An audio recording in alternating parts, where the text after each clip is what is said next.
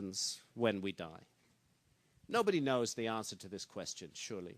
We're all going to ask ourselves this question at some point in our lives because it's fundamental to the human condition. And it's surely a big question.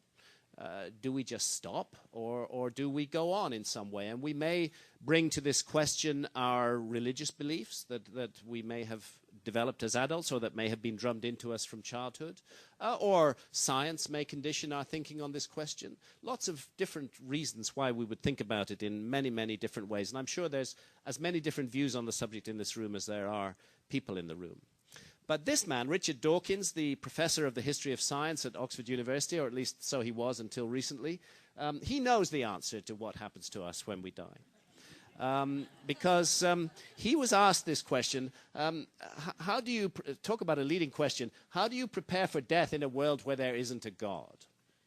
And he replies, you prepare for it by facing up to the truth, which is that life is what we have, and so we had better live our life to the full. I can't object to that. I totally agree. We should live this magnificent gift of life to the full. But then he says, we'd better live our life to the full while we have it because there is nothing after it. And what I want to know is, how does Richard Dawkins know that? What science is that based on?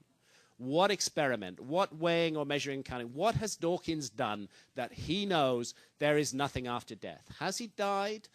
Been there, found nothing, explored nothing, come back, reported on it? No, he hasn't. And actually what Dawkins is doing here, he is expressing his own, I would say, very narrow, very limited religious belief. This is a religious belief that there is no life after death. It's an act of faith.